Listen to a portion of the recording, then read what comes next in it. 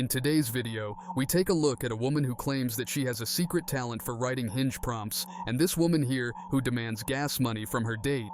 You ain't paying for dates, I can't be with you. Here we go again. A guy is supposed to pay for dates no matter what. And he better make sure gas in my car.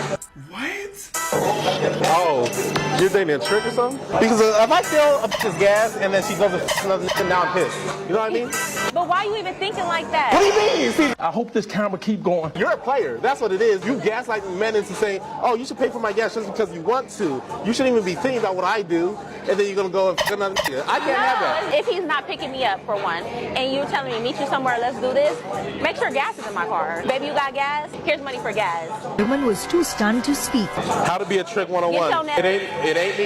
It ain't me. That won't happen until I'm in a relationship. Send me like a little Cash App or Apple Pay, like here's $25. No. That's what I'll do in a relationship, but before I know I got it, crazy. The more a woman demands from a guy, the more shameless she looks, and she has some nerve to ask a guy to pay for her gas right on the first date, along with everything she just said in this clip. And Guy is correct that she just gaslights men into doing what she wants them to do, but can't even do the basic stuff herself.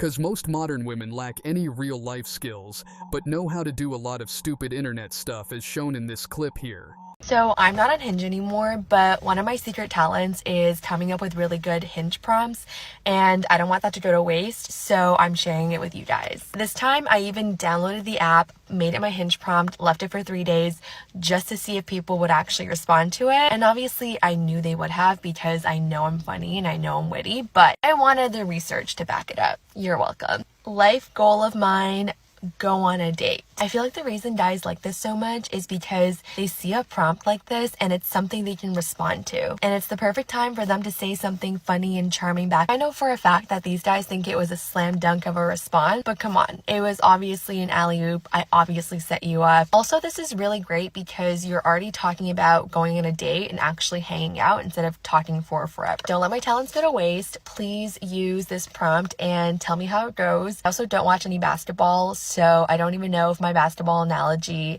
made any sense. Try it out. Tell me how it goes. Almost no one likes your stupid prompts. But as you are a woman on a dating app, you are bound to get a lot of matches along with messages from a lot of guys interested in you, and that has nothing to do with what you write and everything to do with biology.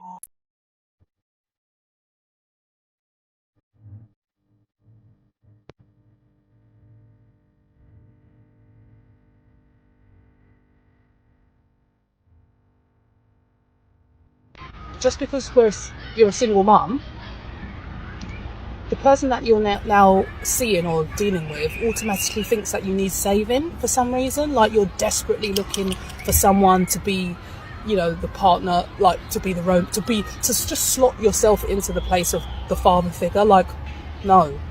Firstly, we're assessing you. Like, please do not assume that you've got this in the bag just because I'm a single mum and you're assuming that I'm struggling, you know, because that's what a lot of men tend to think. But it's true. Most single mothers are about to hit the wall or have already crashed into it.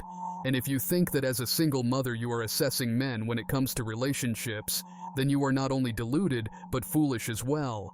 Cause no good man is touching you lot with a 10-foot pole, and you are right, you guys don't need any saving. You lot are unsavable, and so is this woman here.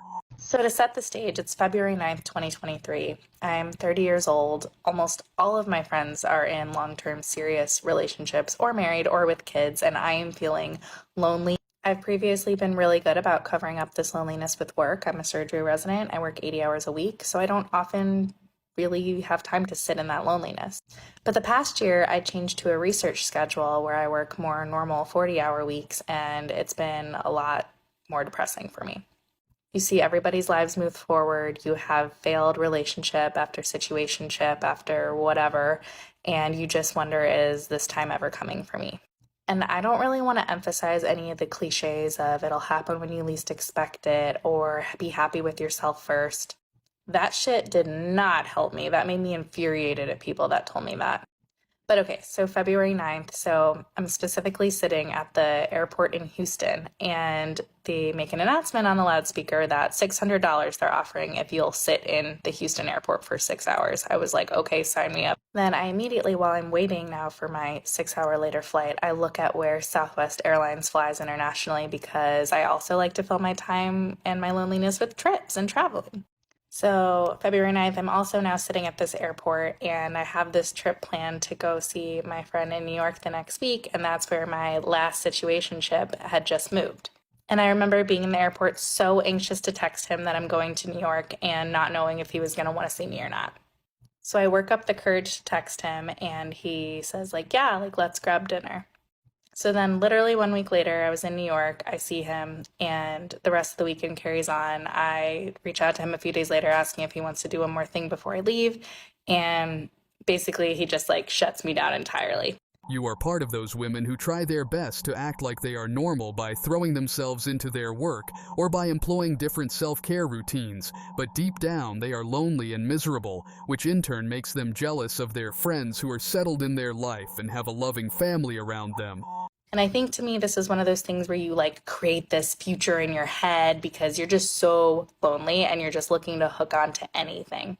So unfortunately, when he shut me down, I was at Bottomless Mimosas with my friends. And so we went back to her apartment and I sobbed fetal position on the floor. Reiterated how I'm never going to find anybody. I'm going to be alone forever. And the thing is I had actually gotten to that cliche, be happy on your own place, where I had looked into freezing my eggs. I had thought about a future where I was a single mom. I really want kids. But obviously, if I can find a partner that makes my life better, I want that. So anyway, trying to get back to current times because I've been talking forever. So now we're at February 19th, where I'm sobbing on the floor. And I had set up a few dates that month in Chicago, just trying to get back out there. My first one went horribly, but I had two set up for when I came back from New York. And the first one was on that Wednesday, so February 22nd, and the guy had canceled on me the week before, so I did not have high hopes for it, but I was like, whatever, I'm in such a terrible place, I gotta go and just get myself out there and think about anything else. So fast forward to May 23rd, that guy from February 22nd just came to Cuba with me, and we had an amazing trip, and I'm incredibly happy. It's early. I know people might come at me. I don't know what's going to happen, but this is the best I felt about something in a really long time, and I wish I could tell February 9th, February 16th, February 20th myself all of that things can change in an instant, and you just really never know what's around the corner. It won't last. Man, I've been watching all these TikToks talking about motherfuckers that don't want to be divorced. Don't get married so you don't get divorced. I got fucking cheated on. I got used. Everything got fucking taken. And then guess what? I still got to pay $800-something a month in child support. They don't give a fuck about us men down here in these courts, telling y'all stay out of these courts, because guess what? It's all stacked against you. It's all stacked against you. Again, I got cheated on.